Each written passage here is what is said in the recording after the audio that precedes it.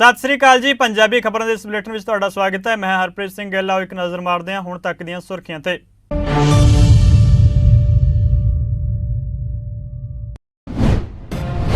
कल तो पंजाब ते हरियाणा में शुरू होगी झोने की सरकारी खरीद। केंद्र सरकार ने तब्दील किया अपना फैसला। मुख्य मंत्री मनोहर लाल खट्टर ने की सी केंद्रीय राज मंत्री नाल मुलाकात। गांधी जयंती मौके पीएम मोदी ने लॉन्च की जल जीवन मिशन ऐप। मोदी ने ग्राम पंचायतों नाल की गलबात, कहा जल सुरक्षा साडी पहली पहल होनी चाहिए है। देशव्यापी टीकाकरण में नवा रिकॉर्ड, 90 करोड़ तो वध लोगों ने लवाई कोरोना वैक्सीन। केंद्रीय सेहत मंत्री मनसुख मांडविया ने साझी की जानकारी।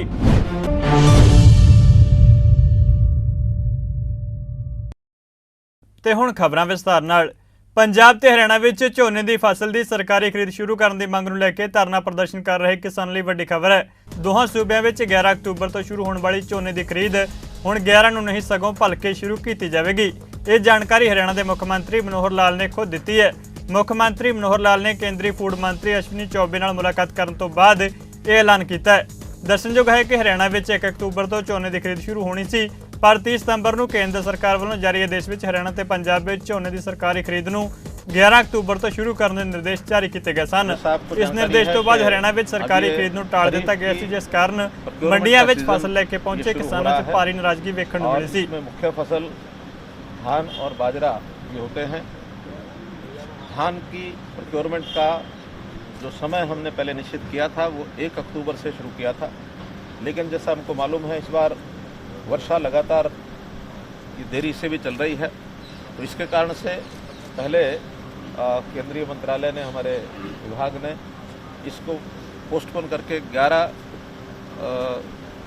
अक्टूबर ये कर दिया था।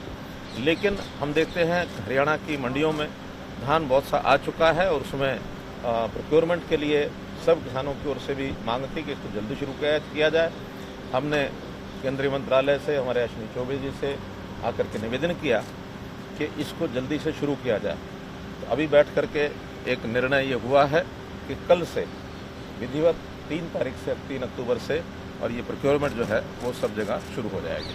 हरियाणा सरकार ने मुख्य रूप से, हरियाणा के माननीय मुख्यमंत्री जी यहाँ आए हुए हैं, उप मुख्यमंत्री जी हैं, सभी सांसद और माननीय विधायकगण भी हैं साथ में। तो जो सरकार ने निर्णय लिया है, अभी हरियाणा का प्रतिनिधिमंडल आया था और हरियाणा का चिन्हन भी था कि कल से प्रोक्योरमेंट का हम लोगों ने पूरी तैयारी वहाँ रखा है। पहले से भी हमारी तैयारी थी और वहाँ पर पूरा सब लोगों की खरीदगी कल से शुरू हो जाएगी।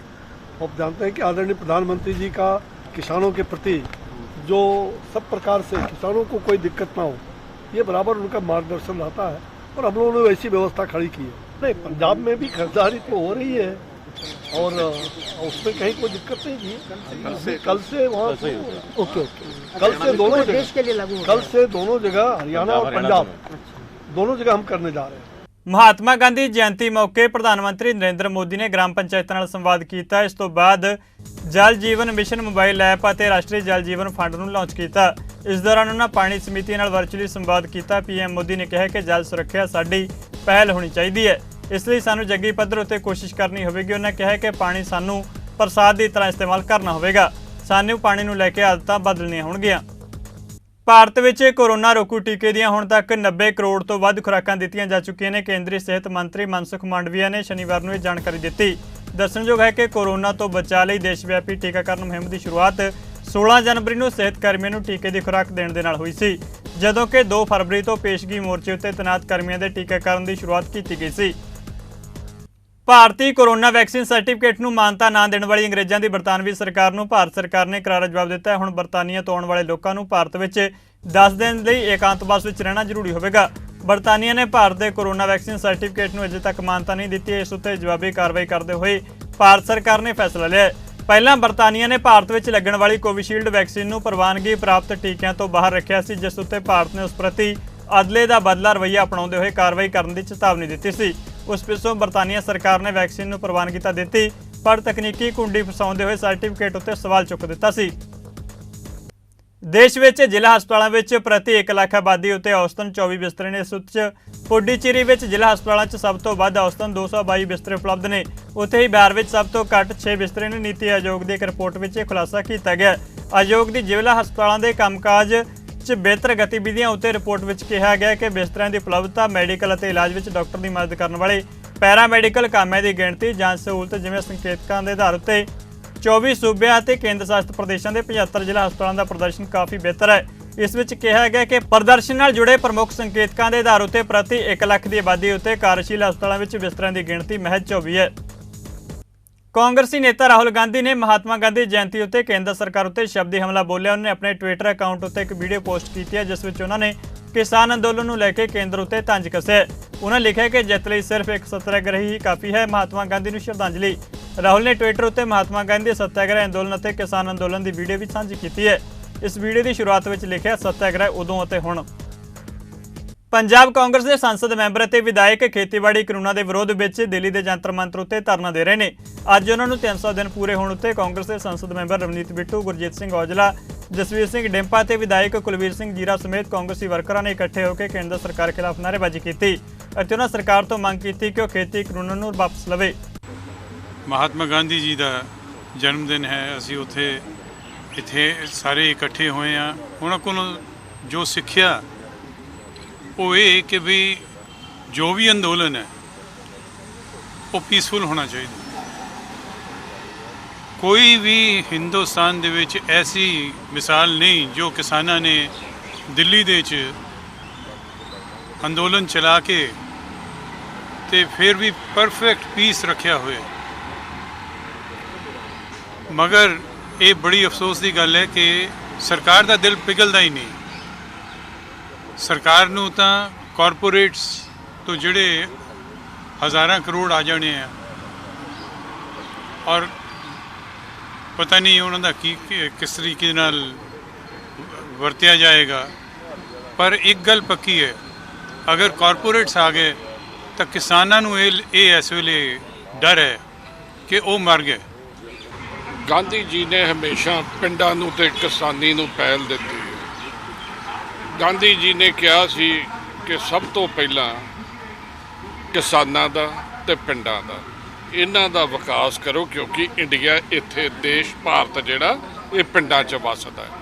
ਪਰ ਅਫਸੋਸ ਦੀ ਗੱਲ ਆ ਕਿ ਉਸ ਗਾਂਧੀ ਜੀ ਦੇ ਗੁਜਰਾਤ ਤੋਂ ਆਉਣ ਵਾਲੇ ਨਰਿੰਦਰ ਮੋਦੀ ਜੀ ਤੇ ਅਮਿਤ ਸ਼ਾਹ ਜੀ ਉਹ ਇਸ ਨੂੰ ਬਿਲਕੁਲ ਹੀ ਭੁੱਲ ਗਏ। ਗਾਂਧੀ ਜੀ ਦੇ ਸਿਧਾਂਤਾਂ ਨੂੰ ਗਾਂਧੀ ਜੀ ਨੇ ਜਿਹੜੀ ਆਪਣੀ ਦੇਸ਼ ਨੂੰ ਇਕੱਠਾ ਕੀਤਾ, ਇੱਕ ਦੂਜੇ ਦੇ ਵਿੱਚ ਬੁਣਿਆ, ਪਰ ਇਹਨਾਂ ਵੱਲੋਂ ਲਾਲਚ ਵਿੱਚ ਆ ਕੇ, ਵੋਟਾਂ ਦੇ ਲਾਲਚ ਵਿੱਚ ਆ ਕੇ ਆਪਣੇ ਨਿੱਜੀ ਸਵਾਰਥ ਵਾਸਤੇ ਦੇਸ਼ ਨੂੰ ਤਾਰ-ਤਾਰ ਕਰ ਦਿੱਤਾ। ਇਹਨਾਂ ਵੱਲੋਂ ਹਿੰਦੂ ਤੇ ਮੁਸਲਮਾਨ ਨੂੰ ਲੜਾਇਆ ਗਿਆ। ਇਹਨਾਂ ਵੱਲੋਂ ਜਿਹੜਾ ਵਾ ਕ੍ਰਿਸਚਨਸ ਤੇ ਹਿੰਦੂਆਂ ਨੂੰ ਲੜਾਇਆ ਗਿਆ। ਇਹਨਾਂ ਵੱਲੋਂ ਰਾਮ ਜੀ ਨੂੰ ਵੋਟਾਂ ਦੀ ਖਾਤਰ ਸਿਆਸਤ ਦੇ ਵਿੱਚ ਉਹਨਾਂ ਦਾ ਨਾਂ ਲੈ ਕੇ ਆਏ। ਇਹਨਾਂ ਵੱਲੋਂ ਝੂਠ ਦੇ ਪਲੰਦੇ 'ਚ ਇੱਕ ਲੋਕਾਂ ਨੂੰ ਪਾਕਿਸਤਾਨ, ਚੀਨ ਦਾ ਡਰ ਵਿਖਾ ਕੇ ਲੋਕਾਂ ਨੂੰ ਜਿਹੜਾ ਵਸ ਵਿੱਚ ਸਹਿਮ ਪੈਦਾ ਕੀਤਾ ਗਿਆ, ਜਿਹੜਾ ਹੁਣ ਵੀ ਕਰ ਰਹੇ। ਪੰਜਾਬ ਇੱਕ ਐਸਾ ਸੂਬਾ ਵਾ ਜਿਨ੍ਹਾਂ ਨੇ ਕਦੀ ਵੀ, ਚਾਹੇ ਕੋਈ ਪਾਕਿਸਤਾਨੀ ਹੋਵੇ ਚਾਹੇ ਕੋਈ ਚੀਨੀ ਹੋਵੇ, ਉਹਨਾਂ ਨੂੰ ਪੈਰ ਨਹੀਂ ਰੱਖਣ ਦਿੱਤਾ ਆਪਣੀ ਧਰਤੀ ਦੇ ਉੱਤੇ। ਅੱਜ ਇਹ ਪੰਜਾਬ ਦੇ ਨਾਲ ਛੇੜਛਾੜ ਕਰ ਰਹੇ ਆ, ਪੰਜਾਬ ਨੂੰ ਡਿਸਟਰਬ ਕਰ ਰਹੇ ਆ, ਜਿਹੜਾ ਕਿ ਕੋਈ ਵੀ ਸਹਿਣ ਨਹੀਂ ਕਰੂਗਾ। ਅੱਜ ਕਿਸਾਨਾਂ ਨੂੰ 700 ਤੋਂ ਵੱਧ ਕਿਸਾਨ ਆਪਣੀ ਜਾਨ ਤੋਂ ਹੱਥ ਧੋ ਬੈਠੇ ਆ। ਉਹਨਾਂ ਦਾ ਖਿਆਲ ਜੇ ਕੋਈ ਸਰਕਾਰ ਰੱਖ ਰਹੀ ਆ ਤੇ ਉਹ ਪੰਜਾਬ ਸਰਕਾਰ ਰੱਖ ਰਹੀ। ਜਿੰਨੇ ਕਿਸਾਨ ਸ਼ਹੀਦ ਹੋਏ ਆ ਉਹਨਾਂ ਨੂੰ 5-5 ਲੱਖ ਦਾ ਮੁਆਵਜ਼ਾ ਵੀ ਦਿੱਤਾ ਗਿਆ। ਇੱਕ ਉਹਨਾਂ ਦੇ ਪਰਿਵਾਰ 'ਚ ਸਰਕਾਰੀ ਨੌਕਰੀ ਵੀ ਦਿੱਤੀ ਗਈ ਆ। ਇਸ ਤੋਂ ਵੱਡੀ ਜਿਹੜੀ ਕਿਸਾਨ ਦੀ ਸੇਵਾ ਹੋਰ ਕਿਸੇ ਸਰਕਾਰ ਨੇ ਨਹੀਂ ਕੀਤੀ ਜਿੰਨੀ ਪੰਜਾਬ ਸਰਕਾਰ ਨੇ ਕੀਤੀ। ਅਸੀਂ ਪੰਜਾਬ ਦੇ ਲੋਕ ਜਿਹੜੇ ਕਿਸਾਨੀ ਵਾਸਤੇ ਲੜ ਮਰਾਂਗੇ। ਅਸੀਂ ਕਿਸਾਨ ਦੀ ਲੜਾਈ ਆਪ ਲੜਾਂਗੇ। ਕਿਸਾਨ ਕੱਲ੍ਹ ਵੀ ਜ਼ਿੰਦਾਬਾਦ ਸੀ, ਅੱਜ ਵੀ ਜ਼ਿੰਦਾਬਾਦ ਹੈ ਤੇ ਅੱਗੇ ਵੀ ਜ਼ਿੰਦਾਬਾਦ ਰਹੇਗਾ। ਦੇਖੋ, ਅਸੀਂ ਤੇ ਸ਼ੁਰੂ ਤੋਂ ਹੀ ਇਸ ਗੱਲ ਦੇ ਹਾਮੀ 'ਚ ਬੈਠੇ ਹਾਂ ਔਰ ਲਗਾਤਾਰ ਧਰਨਾ ਇੱਥੇ ਜਾਰੀ ਹੈ। 300 ਦਿਨ ਸਾਰਿਆਂ ਦੇ ਸਹਿਯੋਗ ਦੇ ਨਾਲ ਸਾਡੇ MP ਸਾਹਿਬਾਨ, MLA ਸਾਹਿਬਾਨ ਜਿਹੜੇ ਜਿਨ੍ਹਾਂ ਨੇ ਇਸ ਧਰਨੇ ਦੇ ਨਾਲ ਰੂਹ ਤੋਂ ਜੁੜੇ ਨੇ, ਉਹ ਅੱਜ ਕੰਪਲੀਟ ਹੋਏ ਨੇ ਔਰ ਅੱਗੇ ਵੀ ਜਾਰੀ ਰਹੇਗਾ। ਅੱਜ ਅਸੀਂ ਯਾਦ ਕਰਦੇ ਉਹਨਾਂ ਸਾਰਿਆਂ ਨੂੰ ਜਿਹੜੇ ਸ਼ਹੀਦ ਹੋ ਗਏ ਨੇ। 700 ਤੋਂ ਉੱਤੇ ਜਿਹੜੇ ਪਰਿਵਾਰ ਦੇ ਜੀ ਵਿਚਾਰਿਆਂ ਦੇ ਗਏ ਨੇ ਇਸ ਧਰਨੇ 'ਚ। ਪਰ ਇਹ ਗੁੰਗੀ ਬੋਲੀ ਸਰਕਾਰ ਇੰਨੀ ਹੈ ਕਿ ਇਹਨਾਂ ਨੇ ਸੰਵਿਧਾਨ ਦੀਆਂ ਕਦਰਾਂ ਕੀਮਤਾਂ ਸਾਰੀਆਂ ਚੱਕੇ ਟੰਗਤੀਆਂ। ਕਿਉਂਕਿ ਤਰੀਕਾਕਾਰ ਹੁੰਦਾ ਤੁਸੀਂ ਸ਼ਾਂਤਮਈ ਪ੍ਰਦਰਸ਼ਨ ਕਰੋ ਤੇ ਸਰਕਾਰ ਤੁਹਾਡੇ ਕੋਲ ਆ ਕੇ ਪੁੱਛਦੀ ਹੈ ਵੀ ਕੀ ਤਕਲੀਫ ਹੈ। ਪਰ ਇਹ ਤੇ ਤਕਲੀਫ ਦੇਣ ਵਾਲੀ ਸਰਕਾਰ ਸਾਬਤ ਹੋ ਗਈ ਹੈ। ਇਹ ਇਤਿਹਾਸ 'ਚ ਪਹਿਲੀ ਵਾਰੀ ਹੋਇਆ। ਔਰ ਸਭ ਤੋਂ ਵੱਡੀ ਗੱਲ ਹੈ ਕਿ ਹੁਣ ਜਦੋਂ ਧਰਨਾ ਚੱਲ ਰਿਹਾ ਤੁਸੀਂ ਹੋਰ ਨਹੀਂ ਕੁਛ ਕਰ ਸਕਦੇ, ਨਵੇਂ ਜ਼ਖਮੀ ਨਾ ਦਿਓ। ਅੱਜ ਝੋਨਾ ਆਉਣਾ ਸੀ, ਖਰੀਦ ਸ਼ੁਰੂ ਹੋਣੀ ਸੀ 1 ਤਰੀਕ ਤੋਂ, ਔਰ ਰਾਤ ਨੂੰ ਫਰਮਾਨ ਆ ਜਾਂਦੇ ਆ ਕਿ ਇਹ 10 ਦਿਨ ਲੇਟ ਕਰ ਦਿੱਤੀ ਜਾਂਦੀ। ਮੈਨੂੰ ਇੱਕ ਗੱਲ ਨਹੀਂ ਸਮਝ ਆਉਂਦੀ, ਇਹ ਕਿਹੜੇ ਕਿਸਾਨ ਨੇ ਜਿਹੜੇ ਇਹਨਾਂ ਨੂੰ ਅਕਲ ਦਿੰਦੇ ਨੇ? 10 ਦਿਨਾਂ ਨੂੰ ਨਮੀ ਹੋਰ ਵਧਣੀ ਹੈ, ਤਰੇੜ ਵੱਧ ਜਾਣੀ ਹੈ, ਠੰਡ ਦਾ ਮੌਸਮ ਸ਼ੁਰੂ ਹੋ ਜਾਂਦਾ ਹੈ। ਇਹ ਤਾਂ 10 ਦਿਨ ਐਡਵਾਂਸ ਹੁੰਦੀ ਹੈ ਵੀ ਚਲੋ ਗਰਮੀ ਜ਼ਿਆਦੀ ਆ, ਜੇ ਪੱਕਦੀ ਹੈ ਫਸਲ ਤੇ ਗਰਮੀ 'ਚ ਕੱਟ ਕੇ ਔਰ ਟਾਈਮ ਸਿਰ ਨਮੀ ਘੱਟ ਤੇ ਚੜੀ ਜਾਵੇ। ਇਹ ਪਤਾ ਨਹੀਂ ਕਿਹੜਾ ਬੰਦਾ ਇਹਨਾਂ ਨੂੰ ਅਕਲ ਦੇਣ ਵਾਲਾ ਬੈਠਾ ਹੈ, ਸਮਝ ਨਹੀਂ ਆ ਰਹੀ। ਇਹਦੇ ਨਾਲ ਇਹ ਮੈਂ ਤਾਂ ਕਹਿੰਦਾ ਸਜ਼ਾ ਦਿੱਤੀ ਹੈ ਫਿਰ ਕਿਸਾਨ ਨੂੰ। ਅਸੀਂ ਲੋਕ ਤੇ ਕਿਸਾਨ ਦੇ ਹੱਕ 'ਚ ਖੜੇ ਹੀ ਹਾਂ, ਅਸੀਂ ਲੋਕ ਤੇ ਜਿੰਨੀ ਜਾਨ ਲਾਉਣੀ ਉਹ ਲਾਵਾਂਗੇ ਹੀ। ਪਰ ਇਹ ਸਰਕਾਰ ਲੱਖਾਂ ਕਿਸਾਨ ਜਿਹੜੇ ਅੱਜ ਘਰਾਂ ਤੋਂ ਬਾਹਰ ਲਗਾਤਾਰ ਬਾਰਡਰਾਂ ਦੇ ਸਿੰਘੂ ਬਾਰਡਰ ਬੈਠੇ ਨੇ, ਟਿਕਰੀ ਬੈਠੇ ਨੇ, ਥਾਂ ਥਾਂ ਤੇ ਪ੍ਰਦਰਸ਼ਨ ਕਰ ਰਹੇ ਨੇ, ਉਹਨਾਂ ਦੀ ਕੋਈ ਸੁਣਵਾਈ ਨਹੀਂ ਹੈਗੀ, ਨਾ ਪਾਰਲੀਮੈਂਟ 'ਚ ਨਾ ਐਜੀਟੇਸ਼ਨ ਦੇ ਕੇ। ਮੈਂ ਹੱਥ ਜੋੜ ਕੇ ਕਹਿਣਾ ਮੋਦੀ ਜੀ, ਪਿਊਸ਼ ਗੋਇਲ ਜੀ ਤੇ ਆ ਜਿਹੜੇ ਤੋਮਰ ਸਾਹਿਬ, ਇਹ ਭਗਤ ਸਿੰਘ ਦੀ ਧਰਤੀ ਆ। ਅੰਗਰੇਜ਼ਾਂ ਦੇ ਉਲਟ ਇਸੇ ਪਾਰਲੀਮੈਂਟ ਦੇ ਵਿੱਚ, ਇਸੇ ਅਸੈਂਬਲੀ 'ਚ ਬੰਬ ਸਿੱਟਿਆ ਸੀ ਭਗਤ ਸਿੰਘ ਨੇ ਆ ਕੇ। ਅੱਜ ਤੁਸੀਂ ਉਸ ਧਰਤੀ ਨੂੰ ਨਾ ਵੰਗਾਰੋ। ਮੇਰੀ ਤਾਂ ਹੱਥ ਜੋੜ ਕੇ ਬੇਨਤੀ ਆ, ਅਸੀਂ ਪਹਿਲਾਂ ਆਪਣੀ ਕੁਰਬਾਨੀਆਂ ਦੇ ਚੁੱਕੇ ਹਾਂ, 30,000 ਮੁੱਖ ਮੰਤਰੀ ਅਸੀਂ ਗਵਾ ਚੁੱਕੇ ਹਾਂ ਅਮਨ ਸ਼ਾਂਤੀ ਕਰਦੇ ਕਰਦੇ। ਉਹ ਨਾ ਪੰਜਾਬ ਨੂੰ ਅੱਗ ਲਾ ਦਿਓ। ਬਹੁਤ ਪਾਕਿਸਤਾਨ ਬੈਠਾ ਏ ਨਾਲ, ਤੇ ਕਿਸਾਨ, ਨੌਜਵਾਨ, ਬਜ਼ੁਰਗ, ਮਾਤਾਵਾਂ ਤੰਗ ਹੋ ਗਏ ਨੇ 10 ਮਹੀਨੇ ਦੇ। ਕਿਸੇ ਵੀ ਜੇ ਚੰਗਿਆਰੀ ਲੱਗ ਗਈ, ਮੈਂ ਬਾਰ-ਬਾਰ ਕਹਿਣਾ ਏ, ਫਿਰ ਤੁਸੀਂ ਕਹੋਗੇ ਬਿੱਟੂ ਕਹਿ ਦਿੰਦਾ, ਜੇ ਚੰਗਿਆਰੀ ਲੱਗ ਗਈ, ਜਿਸ ਤਰੀਕੇ ਨਾਲ ਡਰੋਨ ਆ ਰਹੇ ਆ, ਅਸਲਾ ਆ ਰਿਹਾ, AK-47 ਆ ਰਹੀਆਂ, ਬਰੂਦ ਆ ਰਿਹਾ, ਜੇ ਇੱਕ ਵੀ ਕੋਈ ਨੌਜਵਾਨ ਭੜਕ ਗਿਆ, ਜੇ ਇੱਕ ਵੀ ਨੌਜਵਾਨ ਕੋਈ ਗੁੰਮਰਾਹ ਕਰਨ 'ਚ ਕਾਮਯਾਬ ਹੋ ਗਏ, ਤੇ ਫਿਰ ਅੱਗ ਲਾ ਲਾਂਗੇ ਸਾਰੀ। ਇਸ ਵੇਲੇ ਬਰੂਦ ਤੇ ਪਿਆ ਇਹ ਦੇਸ਼, ਇਹਨੂੰ ਬਚਾ ਲਓ। ਆਪਣੀ ਜਿੱਦ ਆਪਣੀ ਨੱਕ ਦਾ ਸਵਾਲ ਬਣਾ ਕੇ ਨਾ ਇਹ ਕੰਮ ਕਰੋ, ਨਾ ਇਹ ਕੰਮ ਕਰੋ। ਅੱਜ ਜਿੱਦ ਤੁਹਾਡੀ ਕਿਸਾਨ ਬਿੱਲਾਂ ਦੀ, ਉਹਦੇ ਪਿੱਛੇ ਤੁਸੀਂ ਦੇਸ਼ ਨੂੰ ਅੱਗ ਨਾ ਲਾ ਦਿਓ। ਮੈਂ ਬਾਰ-ਬਾਰ ਕਹਿਣਾ, ਜਲਦੀ ਕੱਲ ਸਾਡੇ ਚੀਫ ਮਿਨਿਸਟਰ ਸਾਹਿਬ ਪ੍ਰਧਾਨ ਮੰਤਰੀ ਨੂੰ ਮਿਲ ਕੇ ਗਏ ਆ, ਕਹਿ ਕੇ ਗਏ ਆ, ਖਰੀਦ ਵੀ ਚਾਲੂ ਕਰੋ ਤੇ ਇਹ ਤਿੰਨੋਂ ਬਿੱਲ ਵਾਪਸ ਲੈ ਲਓ। ਇਹ ਰੰਗ ਹੋਰ ਲੈ ਲੈਣਾ, ਮੁੜ ਕੇ ਇਹ ਕਿਸਾਨ ਬਿੱਲਾਂ ਦੀ ਗੱਲ ਨਹੀਂ ਰਹਿਣੀ। ਮੁੜ ਕੇ ਤੁਹਾਡੀ ਇਹ ਇੱਕ ਐਸੀ ਲੜਾਈ ਲੱਗ ਜਾਏਗੀ ਜਿਹਨੂੰ ਤੁਹਾਤੋਂ ਸੰਭਲਣਾ ਨਹੀਂ। ਅੱਜ ਡਰਾਇੰਗ ਰੂਮਾਂ 'ਚ ਬੈਠਣ ਤੋਂ ਬਾਹਰ ਦੇਖੋ ਹਾਲਾਤ ਕੀ ਨੇ। ਆ ਦੇਖੋ, ਜਿਹੜੇ 300 ਦਿਨ ਨੇ ਉਹਨਾਂ ਨੂੰ 310 ਦਿਨ ਹੋ ਗਏ ਆ, ਤੇ ਸਾਨੂੰ 300 ਦਿਨ ਹੋ ਗਏ ਆ। ਸਾਰੇ ਜਿਹੜੇ ਉਰੇ ਬੈਠੇ ਆ, ਇਹਨਾਂ ਦੇ ਵਿਊ ਵੀ ਲਿਓ। ਜਿਹੜੇ ਆਮ ਵਰਕਰ ਸਾਡੇ ਕੱਲਾ ਕੋਈ ਦਿੱਲੀ ਤੋਂ ਆ, ਕੋਈ ਬਿਹਾਰ ਤੋਂ ਆ, ਕੋਈ ਯੂਪੀ ਤੋਂ ਆ, ਇਹਨਾਂ ਨੂੰ ਕਿਸੇ ਨੂੰ ਸੱਦਿਆ ਸੀ? ਇਹ ਉਦਣ ਦੇ ਇੱਥੇ ਬੈਠੇ ਆ, ਕੋਈ ਪਾਣੀ ਦੀ ਜ਼ਿੰਮੇਵਾਰੀ ਕਰ ਰਿਹਾ, ਕੋਈ ਚਾਹ ਪਿਲਾ ਰਿਹਾ ਏ, ਕੋਈ ਚਾਦਰਾਂ ਵਿਛਾ ਰਿਹਾ। ਇਹ ਅਸਲੀ ਕਿਸਾਨ ਨੇ, ਇਹ ਜ਼ਮੀਨ ਦੇ ਲੋਕ ਨੇ। ਜਿੱਦਣ ਇਹ ਅਸਲੀ ਇਹਨਾਂ ਦਾ ਹੱਥ ਖੜਾ ਹੋ ਗਿਆ ਨਾ, ਫਿਰ ਉਹ ਜਿਹੜੀ ਚਪੇੜ ਦੀ ਆਵਾਜ਼ ਆ ਨਾ, ਉਹ ਗੂੰਜ ਆ ਜਿਹੜੀ, ਉਹ ਹਰ ਦੇਸ਼ ਦੇ ਕੋਨੇ-ਕੋਨੇ ਸੁਣੂਗੀ। ਕਿ ਇੱਕ ਬੰਨੇ ਤੇ ਪਹਿਲਾਂ ਕੈਪਟਨ ਅਮਰਿੰਦਰ ਸਿੰਘ ਜੀ ਨੂੰ ਕਹਿੰਦੇ ਰਹੇ ਕਿ ਅਸੀਂ ਕਿਸਾਨਾਂ ਲਈ ਗੱਲ ਕਰਾਂਗੇ, ਔਰ ਕੈਪਟਨ ਅਮਰਿੰਦਰ ਸਿੰਘ ਜੀ ਦਾ ਵੀ ਇਹ ਬਿਆਨ ਆਇਆ ਕਿ ਮੈਂ ਕਿਸਾਨ ਜਥੇਬੰਦੀਆਂ ਨਾਲ ਗੱਲ ਕਰਕੇ ਇਸ ਕਾਲੇ ਕਾਨੂੰਨ ਨੂੰ ਵਾਪਸ ਕਰਾਵਾਂਗਾ। ਪਰ ਉਸ ਦਿਨ ਦੀ ਜਿਹੜੀ ਮੀਟਿੰਗ ਸੀ ਕੈਪਟਨ ਸਾਹਿਬ ਦੀ ਔਰ ਅਮਿਤ ਸ਼ਾਹ ਦੀ, ਉਹ ਕਿਹੋ ਜਿਹੀ ਮੀਟਿੰਗ ਸੀ ਜਿੰਦੇ ਵਿੱਚ ਇਹੋ ਜਿਹਾ ਫਰਮਾਨ ਰਾਤ ਨੂੰ ਜਾਰੀ ਹੋ ਗਿਆ ਕਿ ਜਿਹੜਾ ਕਿਸਾਨਾਂ ਦੇ ਹਿੱਤ 'ਚ ਤਾਂ ਕੀ ਹੋਣਾ ਸੀ, ਜਿਹੜਾ ਕਿਸਾਨਾਂ ਦੇ ਖਿਲਾਫ ਹੋਇਆ। ਅੱਜ ਕਿਸਾਨ ਜਿਹੜਾ ਉਹ ਮੰਡੀਆਂ 'ਚ ਰੁਲ ਰਿਹਾ।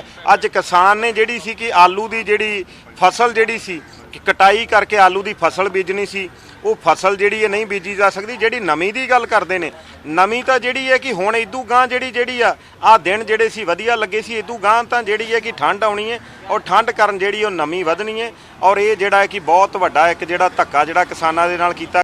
ਖੇਤੀ ਕਾਨੂੰਨਾਂ ਵਿਰੁੱਧ ਕਿਸਾਨਾਂ ਦਾ ਅੰਦੋਲਨ ਲਗਾਤਾਰ ਜਾਰੀ ਹੈ। ਇਸ ਵਿਚਾਲੇ ਭਾਜਪਾ ਨੇਤਾ ਤਰੁਣ ਚੁੱਗ ਨੇ ਕਿਹਾ ਕਿ ਪ੍ਰਧਾਨ ਮੰਤਰੀ ਨਰਿੰਦਰ ਮੋਦੀ ਅਤੇ ਭਾਜਪਾ ਦਾ ਦਰਵਾਜ਼ਾ ਹਰ ਸਮੇਂ ਕਿਸਾਨਾਂ ਲਈ ਖੁੱਲ੍ਹਾ ਹੈ। ਉਹਨੇ ਕਿਹਾ ਕਿ ਮੈਂ ਕਿਸਾਨਾਂ ਨੂੰ ਅਪੀਲ ਕਰਦਾ ਕਿ ਉਹ 2 ਕਦਮ ਅੱਗੇ ਵਧਣ ਅਤੇ ਬੈਠ ਕੇ ਗੱਲ ਕਰਨ। ਖੇਤੀ ਕਾਨੂੰਨਾਂ ਨੂੰ ਲੈ ਕੇ ਜਿੱਥੇ ਇਤਰਾਜ਼ ਹੈ ਉਹ ਬੈਠ ਕੇ ਵਿਚਾਰ ਚਰਚਾ ਕਰਨ। ਉਹਨੇ ਕਿਹਾ ਕਿ ਭਾਜਪਾ ਉਹ ਸਰਕਾਰ ਹੈ ਜਿਸ ਨੇ ਹਮੇਸ਼ਾ ਕਿਸਾਨਾਂ ਦੇ ਹਿੱਤ ਵਿੱਚ ਸੋਚਿਆ ਹੈ। ਪ੍ਰਧਾਨ ਮੰਤਰੀ ਸ਼੍ਰੀ ਨਰਿੰਦਰ ਮੋਦੀ ਜੀ ਔਰ ਭਾਰਤੀ ਜਨਤਾ ਪਾਰਟੀ ਦਾ ਦਰਵਾਜ਼ਾ ਹਰ ਵੇਲੇ ਕਿਸਾਨਾਂ ਵਾਸਤੇ ਖੁੱਲ੍ਹਾ ਹੈ। और प्रधानमंत्री जी तो खुद कह चुके कि मैं हर वेले गल्लां से तैयार हाँ, आओ बह के चर्चा करिए। इतराज है वो इतराज समझाओ। मैं समझना शिलागायोग बयान है प्रधानमंत्री जी का। मैं बेनती करांगा किसान भरावां नूं कि 2 कदम अगे वधिए। ये वो सरकार है जिन्हें हमेशा ही किसानां दे हित च सोचा। ਜਿਨ੍ਹਾਂ ਦੇ ਲੋਕ ਜਿਹੜੇ ਨਾਰੇ ਲਾ ਰਹੇ ਨੇ, ਤੁਹਾਨੂੰ ਗੁੰਮਰਾਹ ਕਰ ਰਹੇ ਨੇ, ਉਹਨਾਂ ਨੇ 70 ਸਾਲ ਲਗਾਏ ਦੇਸ਼ ਦੇ ਬਜਟ ਨੂੰ, ਕ੍ਰਿਸ਼ੀ ਬਜਟ ਨੂੰ 10,000 ਕਰੋੜ ਹੋਣ 'ਚ। ਪ੍ਰਧਾਨ ਮੰਤਰੀ ਮੋਦੀ ਜੀ ਨੇ 7 ਸਾਲਾਂ 'ਚ 1.25 ਲੱਖ ਕਰੋੜ ਕਰਤਾ।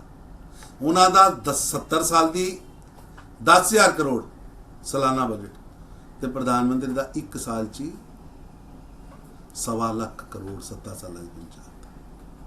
ਇਹ ਪ੍ਰਧਾਨ ਮੰਤਰੀ ਮੋਦੀ ਦੀ ਸੋਚ ਹੈ।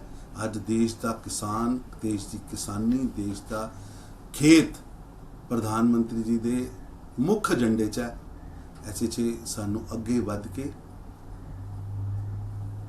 ਪ੍ਰਧਾਨ ਮੰਤਰੀ ਤੇ ਵਿਸ਼ਵਾਸ ਕਰਕੇ ਅੱਗੇ ਵੱਧ ਕੇ ਇਹਨਾਂ ਫੈਸਲਿਆਂ ਨੂੰ ਕਰਾਉਣਾ ਚਾਹੀਦਾ। ਪੰਜਾਬ ਬੀਜੇਪੀ ਦੇ ਆਗੂ ਮਦਨ ਮੋਹਨ ਮਿੱਤਲ ਨੇ ਕਿਸਾਨ ਅੰਦੋਲਨ ਨੂੰ ਲੈ ਕੇ ਕਿਸਾਨਾਂ ਨੂੰ ਨਸੀਹਤ ਦਿੱਤੀ ਹੈ। ਉਹਨੇ ਕਿਹਾ ਕਿ ਕਿਸਾਨਾਂ ਨੂੰ ਗੱਲਬਾਤ ਦੀ ਮੇਜ਼ ਉੱਤੇ ਆਉਣਾ ਚਾਹੀਦਾ ਹੈ। ਉਹਨੇ ਕਿਹਾ ਕਿ ਖੇਤੀ ਉੱਤਮ ਹੈ ਤੇ ਕਿਸਾਨਾਂ ਨੂੰ ਖੇਤਾਂ ਵਿੱਚ ਹੋਣਾ ਚਾਹੀਦਾ ਹੈ। ਉਹਨੇ ਇਹ ਵੀ ਕਿਹਾ ਕਿ ਕਿਸਾਨਾਂ ਨੂੰ ਕੁਝ ਲੋਕ ਗੁੰਮਰਾਹ ਕਰ ਰਹੇ ਨੇ।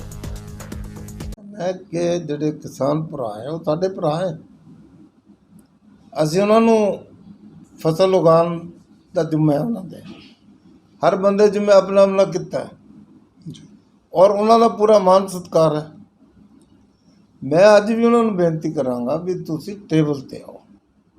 ਭਾਰਤੀ ਜਨਤਾ ਪਾਰਟੀ ਪੰਜਾਬ ਯੂਨਿਟ ਵੀ ਨਾਲ ਜਾਣ ਨੂੰ ਤਿਆਰ ਹੈ, ਮੈਂ ਵੀ ਜਾਣ ਨੂੰ ਤਿਆਰ ਹਾਂ। ਔਰ ਜੇ ਗੱਲਬਾਤ ਕਰਾਂ ਤਾਂ ਹੱਲ ਨਿਕਲੇਗਾ। ਇਹ ਜਿਹੜੇ ਰਾਜਨੀਤੀ ਤੁਹਾਡੇ ਨਾਲ ਕਰ ਰਹੇ ਹੈ, ਇਹਨਾਂ ਨੇ ਕਿਸੇ ਨੇ ਨਹੀਂ ਖੜਨਾ। ਉਹਦਾ ਸਿਰ ਨਾਰੇ ਮਾਰਦੇ ਵੀ ਸ਼ਾਇਦ ਸਾਡੀ ਪਹਿਚਾਣ ਹੋ ਜਾਵੇ। ਉਹ ਤੁਹਾਡੇ ਮੋਢੇ ਇਸਤੇਮਾਲ ਕਰਕੇ ਗਲਤ ਇਸਤੇਮਾਲ ਕਰ ਰਹੇ ਹੈ, ਤੁਹਾਨੂੰ ਗਲਤ ਭੜਕਾ ਰਹੇ ਹੈ, ਗਲਤ ਤੁਹਾਨੂੰ ਉਕਸਾ ਰਹੇ ਹੈ। ਤੁਸੀਂ ਆਪਣੀ એનર્ਜੀ ਵੇਸਟ ਨਾ ਕਰੋ। ਕਿਸਾਨ ਦੀ ਲੋੜ ਖੇਤਾਂ 'ਚ ਹੈ, ਕਿਸਾਨ ਦੀ ਲੋੜ ਮੰਡੀਆਂ 'ਚ ਹੈ, ਕਿਸਾਨ ਦੀ ਲੋੜ ਫਸਲ ਉਗਾਉਣ 'ਤੇ ਹੈ, ਫਸਲ ਬਾਹਰ ਕੱਢਣ 'ਤੇ ਹੈ। ਔਰ ਕਿਸਾਨ ਦੇ ਸਿਰ 'ਤੇ ਤਾਂ ਪੰਛੀ ਵੀ ਇਹਨਾਂ ਦੇ ਸਿਰ 'ਤੇ ਪੇਟ ਭਰਦੇ ਹੈ। ਜਿਹੜੇ ਜ਼ਮੀਨ 'ਤੇ ਕੀੜੇ ਮਕੌੜੇ ਫਿਰਦੇ ਉਹ ਵੀ ਇਹਨਾਂ ਦੇ ਸਿਰ 'ਤੇ ਭਰਦੇ ਹੈ। ਅਤੇ ਆਹ ਜਿਹੜਾ 2 ਟੰਗਾਂ ਵਾਲਾ ਇਨਸਾਨ ਹੈ, ਇਹ ਤਾਂ ਹੈ ਹੀ ਉਹਨਾਂ ਦੇ ਸਿਰ 'ਤੇ ਪੇਟ ਭਰਦਾ। ਸੋ ਇਸ ਕਰਕੇ ਮੈਂ ਉਹਨਾਂ ਨੂੰ ਬੇਨਤੀ ਕਰੂੰਗਾ ਕਿ ਤੁਹਾਡਾ ਇੰਨਾ ਸਨਮਾਨ ਹੈ ਔਰ ਹਰ ਨੇਤਾ ਨੇ ਉੱਤਮ ਖੇਤੀ ਮੱਧ ਵਪਾਰ ਕਿਹਾ ਹੈ, ਅਤੇ ਆਪਾਂ ਉੱਤਮ ਖੇਤੀ ਨੂੰ ਉੱਤਮ ਰੱਖ ਕੇ ਇਹਦੀ ਜਿਹੜੀ ਬੜੋਤਰੀ ਹੈ, ਜਿਹੜੇ ਇਹਦਾ ਮਾਨ ਸਨਮਾਨ ਉਹਨੂੰ ਕਾਇਮ ਰੱਖੀਏ। ਸਮਾਜਿਕ ਸੁਰੱਖਿਆ, ਇਸਤਰੀ ਅਤੇ ਬਾਲ ਵਿਕਾਸ ਮਹਿਕਮੇ ਦੇ ਪ੍ਰਸਤਾਵ ਨੂੰ ਮੰਨਦੇ ਹੋਏ ਪੰਜਾਬ ਦੇ ਮੁੱਖ ਮੰਤਰੀ ਚਰਨਜੀਤ ਸਿੰਘ ਚੰਨੀ ਨੇ ਕੋਵਿਡ-19 ਦੌਰਾਨ ਆਪਣੇ ਦੋਵੇਂ ਮਾਪਿਆਂ ਤੋਂ ਮਹਿਰੂਮ ਹੋ ਚੁੱਕੀਆਂ ਧੀਆਂ ਨੂੰ ਆਸ਼ੀਰਵਾਦ ਸਕੀਮ ਦੀਆਂ ਲਾਭਪਾਤਰੀਆਂ ਵਜੋਂ ਸਾਲਾਨਾ ਆਮਦਨ ਸੀਮਾ 32,790 ਤੇ ਛੋਟ ਦੇਣ ਜਾਂ ਮਾਫ ਕਰਨ ਉੱਤੇ ਆਦੇਸ਼ ਦਿੱਤੇ ਨੇ। ਇਸ ਸੰਬੰਧੀ ਜਾਣਕਾਰੀ ਦਿੰਦਿਆਂ ਮੁੱਖ ਮੰਤਰੀ ਦਫ਼ਤਰ ਦੇ ਬੁਲਾਰੇ ਨੇ ਦੱਸਿਆ ਕਿ ਹੁਣ ਆਮਦਨੀ ਦੀ ਨਿਰਧਾਰਤ ਸੀਮਾ ਨੂੰ ਵਿਚਾਰੇ ਬਿਨਾਂ ਅਨੁਸੂਚਿਤ ਜਾਤੀ, ਈਸਾਈ ਭਾਈਚਾਰੇ ਦੀਆਂ ਲੜਕੀਆਂ, ਲਾਭਪਾਤਰੀਆਂ, ਪਛੜੀਆਂ ਸ਼੍ਰੇਣੀਆਂ, ਜਾਤੀਆਂ, ਆਰਥਿਕ ਤੌਰ ਉੱਤੇ ਕਮਜ਼ੋਰ ਸ਼੍ਰੇਣੀਆਂ ਜਾਂ ਕਿਸੇ ਵੀ ਜਾਤੀ ਦੀਆਂ ਵਿਧਵਾਵਾਂ ਨੂੰ ਵਿਆਹ ਮੌਕੇ ਅਤੇ ਅਨੁਸੂਚਿਤ ਜਾਤੀ ਦੀਆਂ ਵਿਧਵਾਵਾਂ ਮੁੜ ਵਿਆਹ ਕਰਵਾਉਣ ਉੱਤੇ ਉਕਤ ਯੋਜਨਾ ਤਹਿਤ ਵਿੱਤੀ ਲਾਭ ਲੈ ਸਕਣਗੀਆਂ। ਚੰਨੀ ਨੇ ਅੱਗੇ ਕਿਹਾ ਕਿ ਸਕੀਮ ਦੇ ਹੋਰ ਨਿਯਮਾਂ ਵਿੱਚ ਕੋਈ ਬਦਲਾਅ ਨਹੀਂ ਕੀਤਾ ਜਾਵੇਗਾ। ਮੁਲਾਜ਼ਮ ਪੱਖੀ ਇੱਕ ਵੱਡਾ ਫੈਸਲਾ ਲੈਂਦੇ ਹੋਏ ਪੰਜਾਬ ਦੇ ਮੁੱਖ ਮੰਤਰੀ ਚਰਨਜੀਤ ਸਿੰਘ ਚੰਨੀ ਨੇ ਸੇਵਾ ਮੁਕਤੀ ਤੋਂ ਪਹਿਲਾਂ ਮੌਤ ਹੋਣ ਦੇ ਮਾਮਲੇ ਵਿੱਚ ਪਰਿਵਾਰਕ ਪੈਨਸ਼ਨ ਦਾ ਲਾਭ ਨਵੀਂ ਪੈਨਸ਼ਨ ਸਕੀਮ ਤਹਿਤ ਆਉਂਦੇ ਮੁਲਾਜ਼ਮਾਂ ਨੂੰ ਦੇਣ ਲਈ ਹਰੀ ਝੰਡੀ ਦੇ ਦਿੱਤੀ ਹੈ। ਇਸ ਦੇ ਨਾਲ ਹੀ 5/5/2009 ਦੇ ਪਰਿਵਾਰਕ ਪੈਨਸ਼ਨ ਸੰਬੰਧੀ ਦਿਸ਼ਾ ਨਿਰਦੇਸ਼ਾਂ ਅਤੇ ਮਿਤੀ 4/9/2019 ਨੂੰ ਇਸ ਮੁੱਦੇ ਨਾਲ ਜੁੜੀਆਂ ਹਦਾਇਤਾਂ ਨੂੰ ਅਪਣਾਏ ਜਾਣ ਨੂੰ ਵੀ ਮਨਜ਼ੂਰੀ ਦੇ ਦਿੱਤੀ ਹੈ। ਪੰਜਾਬ ਸਿਵਲ ਸੇਵਾਵਾਂ ਨਿਯਮ ਜਿਲਦ 2 ਤਹਿਤ ਪ੍ਰਾਵਧਾਨ ਅਨੁਸਾਰ ਭਾਰਤ ਸਰਕਾਰ ਦੇ ਅਜਿਹੀ ਸਥਿਤੀ ਵਾਲੇ ਮੁਲਾਜ਼ਮਾਂ ਉੱਤੇ ਲਾਗੂ ਹੁੰਦੀ ਨਵੀਂ ਪੈਨਸ਼ਨ ਸਕੀਮ ਤਹਿਤ ਕਵਰ ਹੁੰਦੇ ਮੁਲਾਜ਼ਮਾਂ ਸੰਬੰਧੀ ਸੂਬਾ ਸਰਕਾਰ ਵੱਲੋਂ ਸੋਧਾਂ ਕੀਤੀਆਂ ਗਈਆਂ ਨੇ। ਜ਼ਿਕਰਯੋਗ ਹੈ ਕਿ ਮੁੱਖ ਮੰਤਰੀ ਨੇ ਇਸ ਫੈਸਲੇ ਨੂੰ ਲਾਗੂ ਕਰਨ ਲਈ ਵਿੱਤ ਵਿਭਾਗ ਦੀ ਉਸ ਤਜਵੀਜ਼ ਲਈ ਸਹਿਮਤੀ ਦਿੱਤੀ ਹੈ, ਜੋ ਕਿ 26 ਅਗਸਤ 2021 ਨੂੰ ਮੰਤਰੀ ਮੰਡਲ ਵੱਲੋਂ ਮਨਜ਼ੂਰ ਕੀਤੀ ਗਈ ਸੀ। ਪੰਜਾਬ ਦੇ ਉਪ ਮੁੱਖ ਮੰਤਰੀ ਓਪੀ ਸੋਨੀ ਨੇ ਪੰਜਾਬ ਕਾਂਗਰਸ ਵਿੱਚ ਚੱਲ ਰਹੇ ਕਾਟੋ ਕਲੇਸ਼ ਅਤੇ ਸੂਬਾ ਪ੍ਰਧਾਨ ਨਵਜੋਤ ਸਿੰਘ ਸਿੱਧੂ ਨੂੰ ਲੈ ਕੇ ਚੱਲ ਰਹੇ ਮਨਮੁਟਾਵ ਦੇ ਸਬੰਧ ਵਿੱਚ ਕਿਹਾ ਕਿ ਹਾਈ ਕਮਾਂਡ ਸਭ ਕੁਝ ਵੇਖ ਰਹੀ ਹੈ ਅਤੇ ਜਲਦ ਹੀ ਇਸ ਸੰਬੰਧੀ ਫੈਸਲਾ ਲਿਆ ਜਾਵੇਗਾ। ਓਪੀ ਸੋਨੀ ਲੁਧਿਆਣਾ ਸਥਿਤ ਇੱਕ ਨਿੱਜੀ ਆਟੋਮੋਬਾਈਲ ਕੰਪਨੀ ਦੀ ਗੱਡੀ ਲਾਂਚ ਕਰਨ ਆਏ ਸਨ। ਇਸ ਮੌਕੇ ਕੈਬਨਿਟ ਮੰਤਰੀ ਭਾਰਤ ਭੂਸ਼ਣ ਆਸ਼ੂ, ਵਿਧਾਇਕ ਸੁਰਿੰਦਰ ਡਾਬਰ ਅਤੇ ਹੋਰ ਆਗੂ ਵੀ ਉਹਨਾਂ ਨਾਲ ਮੌਜੂਦ ਰਹੇ।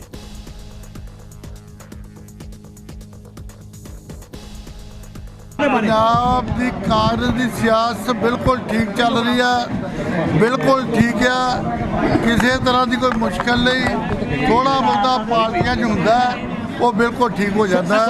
ਸੋ ਪਾਰਟੀ ਹਾਈਕਮਾਂਡ ਨੇ ਅੱਗੇ ਜੋ ਡਿਸੀਜਨ ਕੀਤਾ ਉਹ ਲੋਕ ਉਹਦੀ ਸ਼ਲਾਘਾ ਕਰ ਰਹੇ ਨੇ। ਸੋ ਤੁਸੀਂ ਫਿਕਰ ਨਾ ਕਰੋ, ਪਾਰਟੀ ਦੇ ਅੰਦਰ ਕੋਈ ਮੁਸ਼ਕਲ ਨਹੀਂ ਰਹਿਣੀ, ਬਿਲਕੁਲ ਠੀਕ ਚੱਲ ਰਿਹਾ। ਸਰਕਾਰ ਆਪਣਾ ਕੰਮ ਨਵੇਂ ਸਾਡੇ ਸੀਐਮ ਚਰਨਜੀਤ ਸਿੰਘ ਚੰਨੀ ਜੀ ਉਹ ਦੇਰ ਰਾਤ ਇੱਕ ਕਰ ਰਹੇ ਨੇ। ਬੀਬੀ ਕੌਲਾਂ ਜੀ ਭਲਾਈ ਕੇਂਦਰ 'ਚ ਭਾਈ ਗੁਰੇਕਵਾਲ ਸਿੰਘ ਜੀ ਦੀ ਅਗਵਾਈ ਵਿੱਚ ਕਰਵਾਏ ਗਏ ਸਮਾਗਮਾਂ ਦੌਰਾਨ ਜ਼ਰੂਰਤਮੰਦ ਮਹਿਲਾਵਾਂ ਨੂੰ ਸਿਲਾਈ ਮਸ਼ੀਨਾਂ, ਰਾਸ਼ਨ ਤੇ ਹੋਰ ਸਮੱਗਰੀ ਦਿੱਤੀ ਗਈ।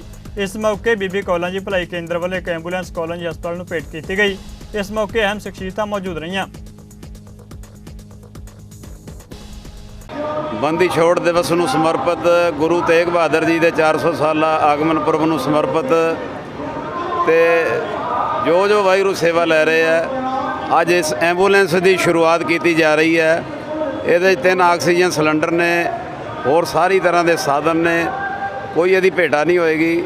ਵਿਸ਼ੇਸ਼ ਕਰਕੇ ਜਿਹੜਾ ਡਰ ਪਾਇਆ ਜਾ ਰਿਹਾ ਸੀ ਤੀਜੀ ਕਰੋਨਾ ਲਹਿਰ ਦਾ, ਉਹਨੂੰ ਵੀ ਮੁੱਖ ਰੱਖਦੇ ਹੋਏ ਤਿਆਰੀਆਂ ਨੇ।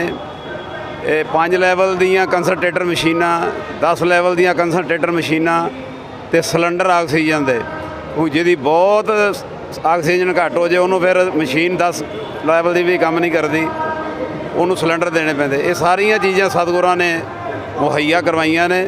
ਬੀਬੀ ਕੌਲਾਂ ਜੀ ਭਲਾਈ ਕੇਂਦਰ ਵਿਖੇ ਹਰ ਸਾਲ ਦੀ ਤਰ੍ਹਾਂ ਧੰਨ ਪਿਤਾ ਸ੍ਰੀ ਗੁਰੂ ਤੇਗ ਬਹਾਦਰ ਸਾਹਿਬ ਮਹਾਰਾਜ ਜੀ ਦੇ 500 ਸਾਲਾ ਪ੍ਰਕਾਸ਼ ਗੁਰਪੁਰਬ ਨੂੰ ਸਮਰਪਿਤ ਅਤੇ ਬੰਦੀ ਛੋੜ ਦਿਵਸ ਨੂੰ ਸਮਰਪਿਤ ਇਹ ਮਹਾਨ ਗੁਰਮਤਿ ਸਮਾਗਮ ਬੜੀ ਸ਼ਰਧਾ ਭਾਵਨਾ ਅਦਬ ਸਤਿਕਾਰ ਦੇ ਨਾਲ ਮਨਾਇਆ ਜਾ ਰਿਹਾ ਹੈ, ਜਿਸ ਦੇ ਵਿੱਚ ਅਨੇਕਾਂ ਹੀ ਗੁਰੂ ਪਿਆਰੀਆਂ ਬਖਸ਼ੀਆਂ ਹੋਈਆਂ ਰੂਹਾਂ ਹਾਜ਼ਰੀਆਂ ਭਰ ਰਹੀਆਂ ਹਨ। ਸ਼੍ਰੀ ਗੁਰੂ ਤੇਗ ਬਹਾਦਰ ਸਾਹਿਬ ਜੀ ਦੇ 400 ਸਾਲਾ ਪ੍ਰਕਾਸ਼ ਗੁਰਪੁਰਬ ਨੂੰ ਸਮਰਪਿਤ ਸ਼ਹੀਦ ਭਗਤ ਸਿੰਘ ਵੈਲਫੇਅਰ ਕਲੱਬ ਵੱਲੋਂ ਚੇਅਰਮੈਨ ਗੁਰਿੰਦਰ ਰਿਸ਼ੀ, ਪ੍ਰਧਾਨ ਸਰਬਜੀਤ ਸਿੰਘ ਸ਼ੰਟੀ ਦੀ ਪ੍ਰਧਾਨਗੀ ਹੇਠ ਗੁਰਬਾਣੀ ਕੰਠ ਮੁਕਾਬਲਿਆਂ ਦਾ ਆਯੋਜਨ 3 ਅਕਤੂਬਰ ਨੂੰ ਦੁਪਹਿਰ 2 ਵਜੇ ਤੋਂ ਲੈ ਕੇ 6 ਵਜੇ ਤੱਕ ਕੀਤਾ ਜਾਵੇਗਾ। ਸਰਬਜੀਤ ਸਿੰਘ ਸ਼ੰਟੀ ਨੇ ਜਾਣਕਾਰੀ ਦਿੰਦੇ ਹੋਏ ਕਿਹਾ ਕਿ ਪੂਰੇ ਪੰਜਾਬ ਤੋਂ ਲਗਭਗ 500 ਦੇ ਕਰੀਬ ਬੱਚੇ ਸਮਾਗਮ ਵਿੱਚ ਹਿੱਸਾ ਲੈਣਗੇ। ਜੇਤੂ ਬੱਚੇ ਨੂੰ ਇਨਾਮ ਦੇ ਕੇ ਸਨਮਾਨਿਤ ਕੀਤਾ ਜਾਵੇਗਾ। ਤੁਹਾਨੂੰ ਮੈਂ ਦੱਸਣਾ ਚਾਹੁੰਦਾ ਵੀ ਜਿਹੜਾ ਇਹ ਸਮਾਗਮ ਅਸੀਂ ਕਰ ਰਹੇ ਹਾਂ ਜੀ, ਇਹ ਸਮਾਗਮ ਦਾ ਨਾਮ ਹੈ ਗੁਰਬਾਣੀ ਕੰਠ ਮੁਕਾਬਲੇ। ਇਹਦੇ ਵਿੱਚ ਆਪਾਂ ਸਾਡੇ ਜਿਹੜੇ ਬੱਚੇ ਨੇ ਉਹਨਾਂ ਨੂੰ ਸਿੱਖੀ ਨਾਲ ਜੋੜਨ ਵਾਸਤੇ, ਉਹਨੂੰ ਆਪਣੇ ਧਰਮ ਨਾਲ ਜੋੜਨ ਵਾਸਤੇ, ਉਹਨੂੰ ਆਪਣੇ ਵਿਰਸੇ ਨਾਲ ਜੋੜਨ ਵਾਸਤੇ, ਉਹਨੂੰ ਆਪਣੇ ਇਤਿਹਾਸ ਨਾਲ ਸਿੱਖੀ ਦੇ ਜੋੜਨ ਵਾਸਤੇ ਅਸੀਂ ਇਹ ਸਮਾਗਮ ਕਰ ਰਹੇ ਹਾਂ ਜੀ। ਔਰ ਮੈਂ ਤੁਹਾਨੂੰ ਇੱਕ ਹੋਰ ਗੱਲ ਦੱਸਣਾ ਚਾਹੁੰਦਾ ਵਾਂ ਵੀ ਇਹਦੇ ਵਿੱਚ ਮੇਨ ਗੱਲ ਇਹ ਹੈ ਵੀ ਅਸੀਂ ਇਹਦੇ ਵਿੱਚ ਕੈਸ਼ ਪ੍ਰਾਈਜ਼ ਰੱਖੇ ਹੋਏ ਨੇ। ਪਹਿਲੇ 2 ਇਨਾਮ ਜਿਹੜੇ ਰੱਖੇ ਨੇ ਉਹ ਰੱਖੇ ਹੋਏ ਨੇ ਜੀ 5-5 ਹਜ਼ਾਰ ਦੇ 2, ਔਰ ਉਸ ਤੋਂ ਬਾਅਦ 1-1 ਹਜ਼ਾਰ ਦੇ 20 ਇਨਾਮ ਨੇ, ਔਰ 5-500 ਦੇ 30 ਇਨਾਮ ਨੇ। ਔਰ ਇੱਕ ਗੱਲ ਜਿਹੜੀ ਮੇਨ ਹੈਗੀ ਹੈ ਵੀ ਜਿਹੜਾ ਵੀ ਬੱਚਾ ਘਰੋਂ ਪਾਰਟਿਸਿਪੇਟ ਕਰਨ ਆਏਗਾ, ਜਿਹੜਾ ਸਤਨਾਮ ਵਾਹਿਗੁਰੂ ਵੀ ਉੱਥੇ ਜਾਪ ਕਰੇਗਾ ਆ ਕੇ, ਉਹਨੂੰ ਅਸੀਂ ਇੱਕ ਮੈਡਲ ਦੇਵਾਂਗੇ। ਛੋਟਾ ਗੁਟਕਾ ਹੈ ਜੀ ਨਿਤਨੇਮ ਸਾਹਿਬ ਦਾ, ਔਰ 100 ਰੁਪਈਆ ਉਹਨੂੰ ਇਨਾਮ ਦੇ ਤੌਰ ਤੇ ਦਿੱਤਾ ਜਾਏਗਾ, ਜਿਹਦੇ ਨਾਲ ਉਹ ਅੱਗੋਂ ਜਾ ਕੇ ਆਪਣੀ ਤਿਆਰੀ ਕਰੇਗਾ ਵੀ ਮੈਂ ਵੀ 5000 ਵਾਲਾ ਇਨਾਮ ਲੈਣਾ ਚਾਹੁੰਦਾ, ਔਰ ਅਗਲੇ ਸਾਲ ਮੈਂ ਉਨੀ ਤਿਆਰੀ ਕਰਕੇ ਆਵਾਂ ਵੀ ਮੈਂ 5000 ਵਾਲਾ ਇਨਾਮ ਲਵਾਂ। ਔਰ ਮੈਂ ਤੁਹਾਨੂੰ ਇੱਕ ਗੱਲ ਹੋਰ ਦੱਸਣਾ ਚਾਹੁੰਦਾ ਵਾਂ ਵੀ ਸਾਡੀ ਜਿਹੜੀ ਸੰਸਥਾ ਵੱਲੋਂ ਅਸੀਂ ਬੱਚੇ ਪਾਰਟਿਸਿਪੇਟ ਜਿਨ੍ਹਾਂ ਨੇ ਕਰਨਾ ਉਹਨਾਂ ਦਾ ਸਾਰਾ ਬਣਵਾਇਆ ਕਨਸੈਪਟ ਤਿਆਰ ਕੀਤਾ ਸੀ 200 ਬੱਚੇ ਦਾ, ਔਰ ਇਹ ਬੜੀ ਖੁਸ਼ੀ ਦੀ ਗੱਲ ਹੈ ਜੀ, ਬੱਚਾ 500 ਤੋਂ ਉੱਪਰ ਹੋ ਗਿਆ, ਔਰ ਅਸੀਂ ਕਿਸੇ ਨੂੰ ਨਾ ਨਹੀਂ ਕੀਤੀ, ਸਾਰਿਆਂ ਦੀ ਰਜਿਸਟ੍ਰੇਸ਼ਨ ਚੱਲ ਰਹੀ ਹੈ, ਹੁਣ ਤੱਕ ਵੀ ਰਜਿਸਟ੍ਰੇਸ਼ਨ ਹੋ ਰਹੀ ਹੈ। ਕੱਲ੍ਹ ਅਸੀਂ ਸਵੇਰੇ 12 ਵਜੇ ਸ਼ੁਰੂ ਕਰਾਂਗੇ, ਆਪਣਾ ਸਮਾਗਮ ਆਰੰਭ ਕੀਤਾ ਜਾਏਗਾ, ਉਸ ਤੋਂ ਬਾਅਦ 6 ਵਜੇ ਤੱਕ ਸਾਡਾ ਸਮਾਗਮ ਚੱਲੇਗਾ। ਔਰ ਮੈਂ ਇੱਕ ਗੱਲ ਹੋਰ ਤੁਹਾਨੂੰ ਕਹਿਣਾ ਚਾਹੁੰਦਾ ਵਾਂ ਵੀ ਨਾਲ ਲੰਗਰ ਪ੍ਰਸ਼ਾਦਾ ਵੀ ਨਾਲ ਚੱਲੇਗਾ। ਸਾਰੇ ਸ਼ਹਿਰ ਨੂੰ ਬੇਨਤੀ ਹੈ, ਸਾਰੀਆਂ ਸੰਗਤਾਂ ਨੂੰ ਬੇਨਤੀ ਹੈ ਬਈ ਵੱਧ ਚੜ੍ਹ ਕੇ ਇਸ ਸਮਾਗਮ ਦੇ ਵਿੱਚ ਸਾਨੂੰ ਦਰਸ਼ਨ ਦਿਓ, ਸਾਡਾ ਉਤਸ਼ਾਹ ਵਧਾਓ ਤਾਂ ਕਿ ਅਸੀਂ ਹੋਰ ਵੱਧ ਚੜ੍ਹ ਕੇ ਸਮਾਜ ਦੀ ਅੰਮ੍ਰਿਤਸਰ ਸਾਹਿਬ ਦੀ ਸੇਵਾ ਕਰ ਸਕੀਏ। ਮਕਸਦ ਕੀ ਹੈ ਇਹੋ ਜਿਹੇ ਸਮਾਗਮ ਕਰਾਉਣ ਦਾ? ਮਕਸਦ ਇਹ ਹੈ ਭਾਜੀ ਵੀ ਸਾਡੇ ਧਰਮ ਨਾਲ, ਸਾਡੇ ਵਿਰਸੇ ਨਾਲ, ਸਾਡੇ ਸਿੱਖਾਂ ਦੇ ਇਤਿਹਾਸ ਨਾਲ ਬੱਚੇ ਜੁੜ ਸਕਣ, ਕਿਉਂਕਿ ਬੱਚਿਆਂ ਨੂੰ ਕਈਆਂ ਨੂੰ ਪਤਾ ਹੀ ਨਹੀਂ ਹੈਗਾ ਵੀ ਗੁਰੂ ਨਾਨਕ ਦੇਵ ਜੀ ਦੇ ਪਿਤਾ ਜੀ ਦਾ ਕੀ ਨਾਂ ਸੀਗਾ, ਹਰਿਮੰਦਰ ਸਾਹਿਬ ਦਾ ਨੀਂਹ ਪੱਥਰ ਕਿੰਨੇ ਰੱਖਿਆ ਸੀ, ਸਥਾਪਨਾ ਕਿੰਨੇ ਕੀਤੀ ਸੀ। ਅਸੀਂ ਇਹੋ ਜਿਹੇ ਕੁਐਸਚਨ ਪੁੱਛਣੇ ਨੇ, ਵੱਖਰੀ ਵੱਖਰੀ ਕੈਟਾਗਰੀ ਦੇ ਵੱਖਰੇ ਵੱਖਰੇ ਕੁਐਸਚਨ ਨੇ। ਅਸੀਂ ਵੱਖਰੇ ਵੱਖਰੇ ਉੱਥੇ ਬੈਠੇ ਹੋਣਗੇ, ਸਾਡੇ ਜਿਹੜੇ ਜਿਨ੍ਹਾਂ ਨੂੰ ਬੁਲਾਇਆ ਵਾ ਉਹ 3 ਸਾਲ ਤੋਂ 6 ਸਾਲ ਦੇ ਬੱਚਿਆਂ ਦੀ ਵੱਖਰੀ ਕੈਟਾਗਰੀ ਹੈ, 7 ਸਾਲ ਤੋਂ 10 ਸਾਲ ਦੇ ਬੱਚਿਆਂ ਦੀ ਵੱਖਰੀ ਕੈਟਾਗਰੀ ਹੈ, ਉਹਨਾਂ ਨੂੰ ਵੱਖਰੇ ਕੁਐਸਚਨ ਪੁੱਛੇ ਜਾਣਗੇ, ਔਰ 11 ਸਾਲ ਤੋਂ 15 ਸਾਲ ਦੇ ਬੱਚਿਆਂ ਦੀ ਵੱਖਰੀ ਕੈਟਾਗਰੀ ਹੈ। ਔਰ ਮੈਂ ਇੱਕ ਗੱਲ ਹੋਰ ਤੁਹਾਨੂੰ ਕਹਿਣਾ ਚਾਹੁੰਦਾ ਵਾਂ, ਸਾਰੇ ਮੇਰੇ ਸਾਰੀ ਸੰਗਤ ਸੁਣੇ, ਹੱਥ ਜੋੜ ਕੇ ਬੇਨਤੀ ਹੈ ਸਾਰਿਆਂ ਨੂੰ, ਜਿਹੜਾ ਸਿਲੇਬਸ ਹੈ ਜਿਹਦੇ ਵਿੱਚੋਂ ਇਹ ਗੁਰਬਾਣੀ ਦੇ ਅਸੀਂ ਚਲੋ ਕੁਐਸਚਨ ਨਹੀਂ ਕਹਿ ਸਕਦੇ, ਗੁਰਬਾਣੀ ਦਾ ਇਤਿਹਾਸ ਹੀ ਪੁੱਛਾਂਗੇ, ਉਹ ਹੈਗਾ ਵੈ ਗੁਰੂ ਨਾਨਕ ਸਾਹਿਬ, ਧੰਨ ਧੰਨ ਸ਼੍ਰੀ ਗੁਰੂ ਨਾਨਕ ਸਾਹਿਬ ਜੀ ਦੀ ਜੀਵਨੀ ਤੇ ਧੰਨ ਧੰਨ ਸ਼੍ਰੀ ਗੁਰੂ ਗੋਬਿੰਦ ਸਿੰਘ ਜੀ ਦੀ ਜੀਵਨੀ ਤੇ ਸੱਚਖੰਡ ਸ੍ਰੀ ਹਰਿਮੰਦਰ ਸਾਹਿਬ ਜੀ ਦਾ ਇਤਿਹਾਸ, ਜਪਜੀ ਸਾਹਿਬ ਦੀ ਬਾਣੀ ਵਿੱਚੋਂ ਅਤੇ ਚੌਪਈ ਸਾਹਿਬ ਦੀ ਬਾਣੀ ਵਿੱਚੋਂ, ਇਹ 5 ਚੀਜ਼ਾਂ ਵਿੱਚੋਂ ਅਸੀਂ ਪੁੱਛਾਂਗੇ ਕੁਐਸਚਨ। ਔਰ ਸਭ ਤੋਂ ਟਫ ਕੁਐਸਚਨ ਜਿਹੜਾ ਹੋਏਗਾ ਉਹ 5000 ਵਾਲਾ ਹੋਏਗਾ। ਚਲੋ ਬਾਕੀ ਗੁਰੂ ਰਾਮਦਾਸ ਜੀ ਮਿਹਰ ਕਰਨ, ਸਾਰਿਆਂ ਅੱਗੇ ਅਰਦਾਸ ਕਰਦੇ ਹਾਂ, ਗੁਰੂ ਸੱਚੇ ਪਾਤਸ਼ਾਹ ਅੱਗੇ ਵੀ ਅਰਦਾਸ ਕਰਦੇ ਹਾਂ, ਸਾਨੂੰ ਹਿੰਮਤ ਬਖਸ਼ਣ, ਅਸੀਂ ਹੋਰ ਵੱਧ ਚੜ੍ਹ ਕੇ ਆਪਣਾ ਆਪਣੀ ਧਰਮ ਦੀ, ਆਪਣੀ ਸਿੱਖੀ ਦੀ ਸੇਵਾ ਕਰ ਸਕੀਏ। ਨਾਭਾ ਬਲਾਕ ਦੇ ਪਿੰਡ ਰਾਇਮਲ ਮਾਜਰੀ ਅਧੀਨ ਪੈਂਦੇ ਇੱਕ ਭੱਠੇ ਉੱਤੇ ਪਥੇਰ ਦਾ ਕੰਮ ਕਰ ਰਹੇ ਮਜ਼ਦੂਰਾਂ ਉੱਪਰ ਉਦੋਂ ਕੁਦਰਤ ਦਾ ਕਹਿਰ ਵਾਪਰ ਗਿਆ। ਜਦੋਂ ਇਹ ਮਜ਼ਦੂਰ ਭੱਠੇ ਉੱਤੇ ਕੰਮ ਕਰ ਰਹੇ ਸੀ ਤਾਂ ਅਸਮਾਨੀ ਬਿਜਲੀ ਡਿੱਗਣ ਨਾਲ 3 ਵਿਅਕਤੀਆਂ ਦੀ ਮੌਕੇ ਤੇ ਮੌਤ ਹੋ ਗਈ, ਜਦਕਿ ਇੱਕ ਵਿਅਕਤੀ ਨੂੰ ਰਜਿੰਦਰਾ ਹਸਪਤਾਲ ਲਿਜਾਂਦਾ ਗਿਆ, ਜਿੱਥੇ ਉਸ ਦੀ ਰਸਤੇ ਵਿੱਚ ਮੌਤ ਹੋ ਗਈ। ਕੁੱਲ 4 ਵਿਅਕਤੀਆਂ ਦੇ ਉੱਪਰ ਕੁਦਰਤ ਦਾ ਕਹਿਰ ਟੁੱਟ ਪਿਆ। ਇਸ ਮੌਕੇ ਤੇ ਸਾਬਕਾ ਕੈਬਨਿਟ ਮੰਤਰੀ ਸਾਧੂ ਸਿੰਘ ਧਰਮਸੋਤ ਨੇ ਇਸ ਮੰਦਭਾਗੀ ਘਟਨਾ ਲਈ ਅਫਸੋਸ ਜ਼ਾਹਰ ਕੀਤਾ। ਉਹਨੇ ਕਿਹਾ ਕਿ ਪੀੜਤ ਪਰਿਵਾਰ ਨੂੰ ਕੁਦਰਤੀ ਆਫਤ ਦਾ ਮੁਆਵਜ਼ਾ ਜਲਦ ਦਿਵਾਇਆ ਜਾਵੇਗਾ।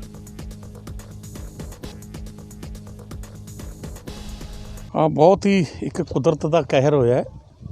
ਇੱਕ ਗਰੀਬ ਲੇਬਰ ਵਾਲੇ ਰਾਇਮਲ ਮਾਜਰੀ ਭੱਠੇ ਤੇ ਜਿਹੜੇ ਪਥੇਰ ਦਾ ਕੰਮ ਕਰਦੇ ਸੀ ਸਾਡੇ ਪੰਜਾਬੀ ਭਰਾ, ਉਹਨਾਂ ਮਜ਼ਦੂਰਾਂ ਦੀ ਅਚਾਨਕ ਬਿਜਲੀ ਜਿਹੜੀ ਪਈ ਆ ਅਸਮਾਨੀ, ਉਹਦੇ ਨਾਲ ਹੁਣੇ ਪਹਿਲਾਂ 3 ਡੈਥਾਂ ਸੀ ਔਰ ਇੱਕ ਪਟਿਆਲੇ ਨੂੰ ਲੈ ਕੇ ਜਾ ਰਹੇ ਸੀ, ਉਹ ਵੀ ਦੱਸਿਆ ਕਿ ਉਹਦੀ ਵੀ ਰਸਤੇ 'ਚ ਮੌਤ ਹੋ ਗਈ। 4 ਮੌਤਾਂ ਹੋਈਆਂ ਨੇ।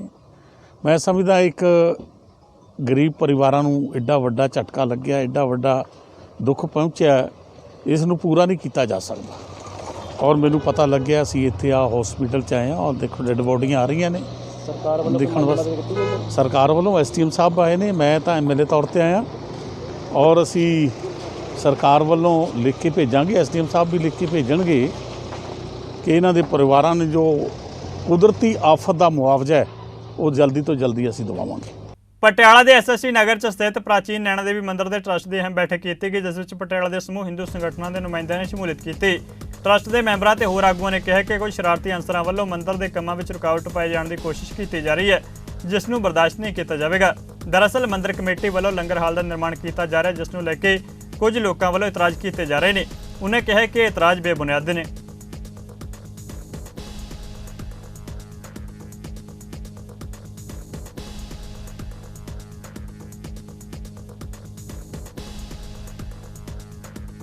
मैं अखिल भारतीय हिंदू शिक्षा समिति श्री हिंदू तख्त वालों प्राचीन श्री नैना देवी मंदिर कमेटी वालों और इत्थे दे इलाका निवासियों को विश्वास दिवाना कि मंदिर का जो काम में जी अड़चना सरकार वालों पाई जा रही है, कुछ शरारती अंसर वालों पाई जा रही है, इन्हों की परवाह ना करते हुए भी अज जो इत्थे बैठ के सर्वसम्मति नाल सारी संस्थावां ने शहर दी तकरीबन मुख सारिया संस्थावां इत्थे पहुंचे ने, सामने फैसला लिया कि मंदिर का काम किसी भी कीमत पर बंद नहीं किया जाऊगा और जिहड़े शरारती अंसर इस मंदिर का काम बंद करवाना चाहते हैं उन्होंने सबक सिखाया जाऊगा। मैं सरकार नूं और शरारती अंसरां नूं एक मीडिया के राही चेतावनी देना चाहता है कि सनातन के कामों में अड़चन पाना बंद कर दो, वरना इन्हां दा अंजाम माड़ा होगा। जय माता दी।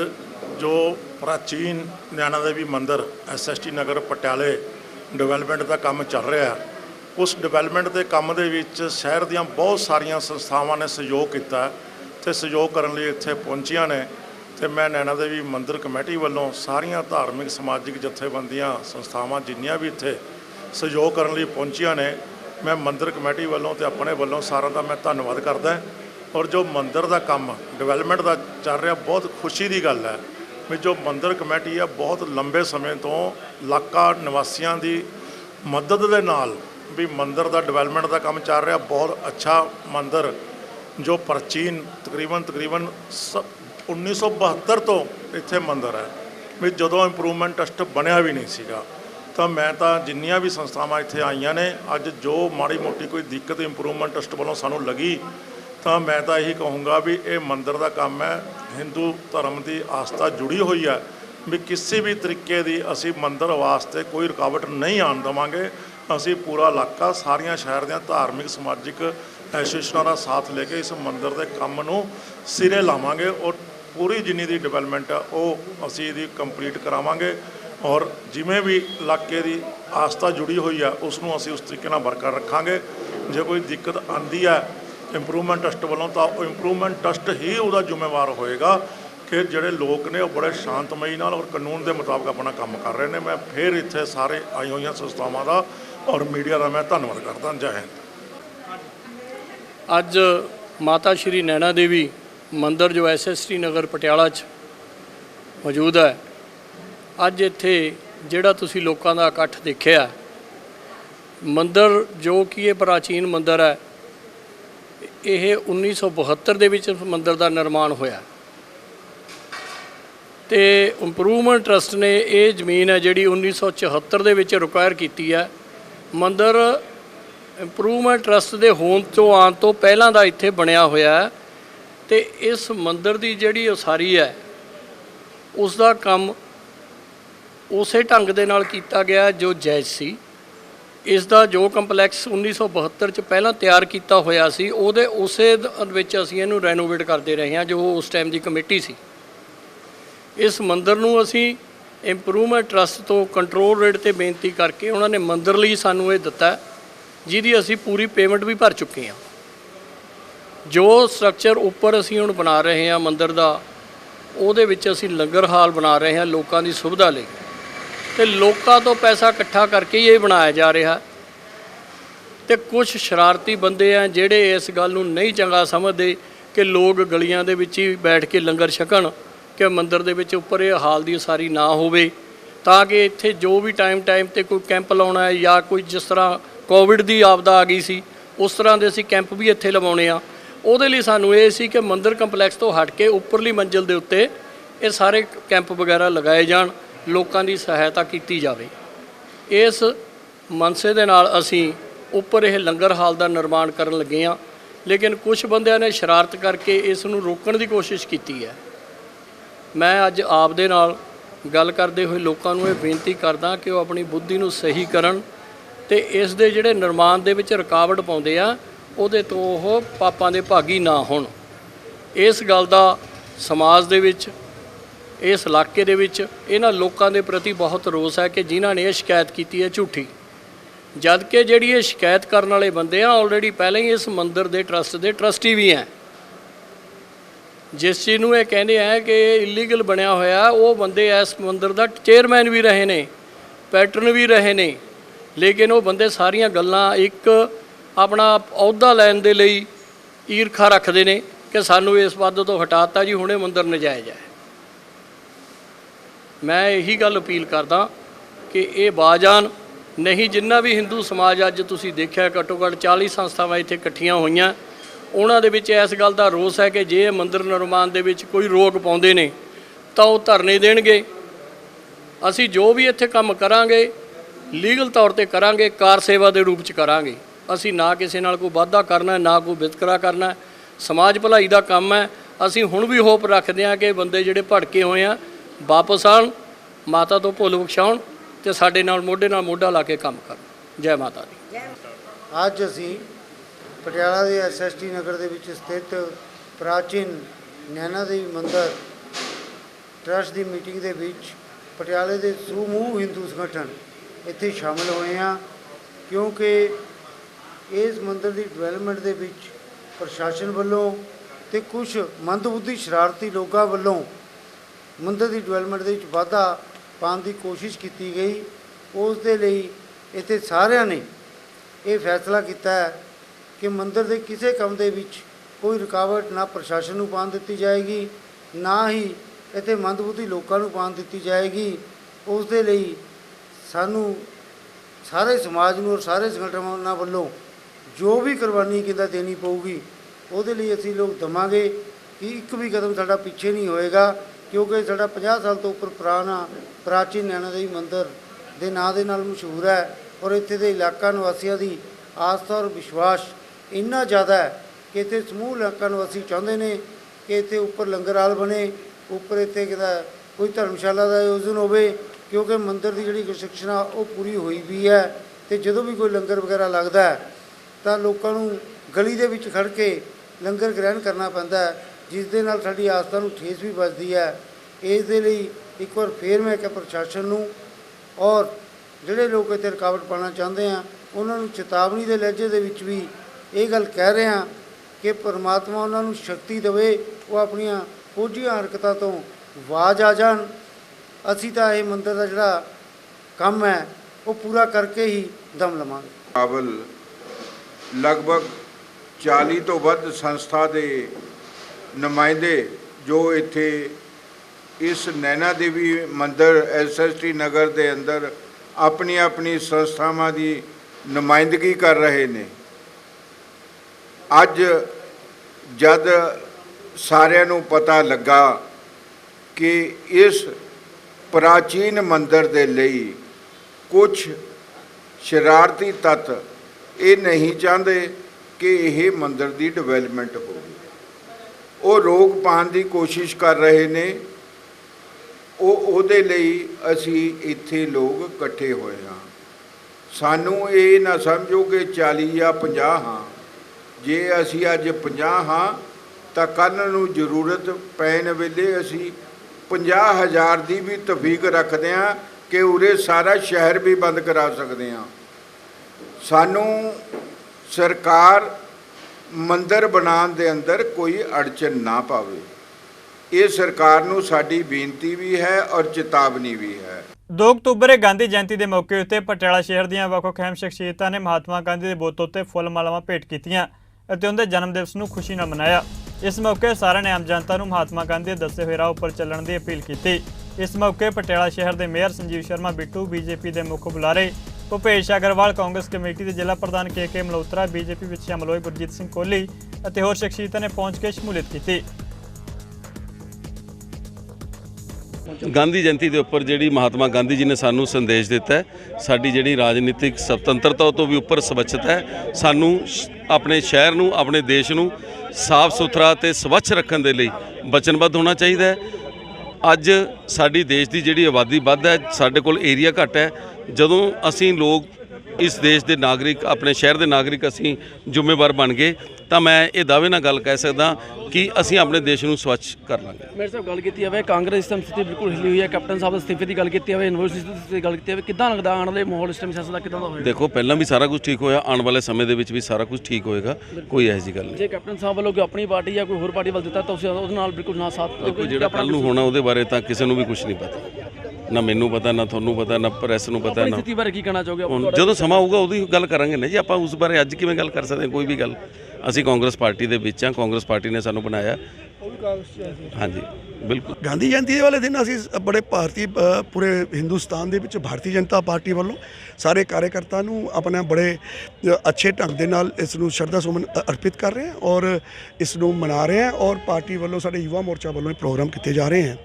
ਔਰ ਅੱਜ ਦੇ ਦਿਨ ਮੈਂ ਇੱਕੋ ਹੀ ਕਹਿਣਾ ਚਾਹੁੰਦਾ, ਰਾਜਨੀਤੀ ਤੋਂ ਉੱਪਰ ਉੱਠ ਕੇ ਸਾਰੀ ਪਾਰਟੀਆਂ ਨੂੰ ਇਹ ਆਪਣਾ ਕਰਨਾ ਚਾਹੀਦਾ। ਔਰ ਅੱਜ ਦੇ ਵਾਲੇ ਦਿਨ ਜੋ ਗਾਂਧੀ ਜੀ ਨੇ ਆਦੇਸ਼ ਦਿੱਤੇ ਸੀ, ਗਾਂਧੀ ਜੀ ਨੇ ਤੁਸੀਂ 2-3 ਲਾਈਨਾਂ ਯਾਦ ਕੀਤੀਆਂ ਸੀ, ਮੈਂ ਬੋਲਿਆ ਵੀ ਹਰ ਜਗ੍ਹਾ, ਬੁਰਾ ਮਤ ਦੇਖੋ, ਬੁਰਾ ਮਤ ਸੁਣੋ, ਬੁਰਾ ਮਤ ਕਹੋ, ਪਰ ਇਸ ਚੀਜ਼ ਨੂੰ ਅਪਣਾਉਣਾ ਚਾਹੀਦਾ ਹੈ। ਔਰ ਕਾਂਗਰਸ ਪਾਰਟੀ ਇਸ ਦਾ ਟੋਟਲ ਵਿਪਰੀਤ ਹੈ। ਬੁਰਾ ਦੇਖੋ, ਬੁਰਾ ਸੁਣੋ, ਬੁਰਾ ਕਹੋ। ਉਹਨਾਂ ਨੇ ਕਦੀ ਇੰਪਲੀਮੈਂਟ ਕੀਤਾ ਨਹੀਂ, ਸਿਰਫ ਫੁੱਲ ਮਾਲਾ ਅਰਪਿਤ ਕਰਨ ਵਾਸਤੇ ਹੈ, ਦਿਖਾਵਾ ਕਰਨ ਵਾਸਤੇ ਹੈ। ਸਾਡੀ ਪਾਰਟੀ ਜੋ ਸਾਡੇ ਪਿੱਛੇ ਮਹਾਨ ਆਤਮਾ ਨੇ ਜੋ ਸ਼ਹੀਦ ਹੋਏ ਆ ਦੇਸ਼ ਲਈ, ਉਹਨਾਂ ਦੇ ਨਕਸ਼ੇ ਕਦਮ ਦੇ ਚੱਲਦੇ ਹੋਏ ਅੱਜ ਦੇਸ਼ ਨੂੰ ਆਜ਼ਾਦ ਕਰਾਇਆ। ਪੰਜਾਬੀ ਖਬਰਾਂ ਦੇ ਇਸ ਬੁਲੇਟਿਨ ਵਿੱਚ ਫਿਲਹਾਲ ਇੰਨਾ ਹੀ। ਜਾਂਦੇ ਜਾਂਦੇ ਨਜ਼ਰ ਮਾਰਦੇ ਹਾਂ ਮੌਸਮ ਦੇ ਹਾਲ ਉੱਤੇ। ਤੁਸੀਂ ਬਣੇ ਰਹੋ ਚੜ੍ਹਦੀ ਕਲਾ ਟਾਈਮ ਟੀਵੀ ਦੇ ਨਾਲ। ਧੰਨਵਾਦ।